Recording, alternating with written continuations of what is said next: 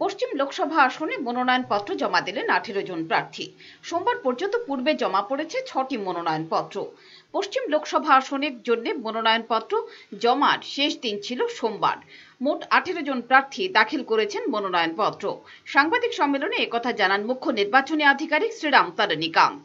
পশ্চিম আসনের মনোনয়নপত্রগুলো পরীক্ষা করা হবে মঙ্গলবার। তিনি জানান, সোমবার পর্যন্ত পূর্ব আসনের জন্য মনোনয়নপত্র জমা পড়েছে 6টি। 18 नॉमिनेशन हुए हैं, 18, और 2 त्रिपुरा ईस्ट के लिए 6 नॉमिनेशन हुए हैं। तो त्रिपुरा वेस्ट के लिए तो लास्ट डेट ऑफ नॉमिनेशन हो गया है, और त्रिपुरा ईस्ट के लिए कल नॉमिनेशन के लिए लास्ट डेट। कल सवेरे मॉर्निंग 11 o'clock को त्रिपुरा वेस्ट का स्क्रूटिनी किया जाएगा।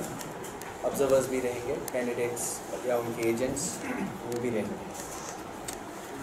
ये तो इसके अलावा हम लोग का जो रैंडमाइजेशन का जो ईवीएम्स का जो रैंडमाइजेशन है, जो आप लोग जानते हैं कि ईवीएम्स जब आता है पूरा डिस्ट्रिक्ट के लिए आता है, फिर उसके बाद कौन सा ईवीएम कौन सा असेंबली सेगमेंट में जाना है उसके लिए एक रैंडमाइजेशन होता है।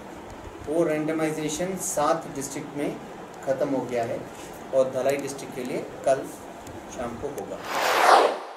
মুখ্য নির্বাচনী আধিকারিক জানিয়েছেন, এখনো পর্যন্ত 19টি অভিযোগ জমা পড়েছে, এর মধ্যে 8টির নিষ্পত্তি হয়েছে।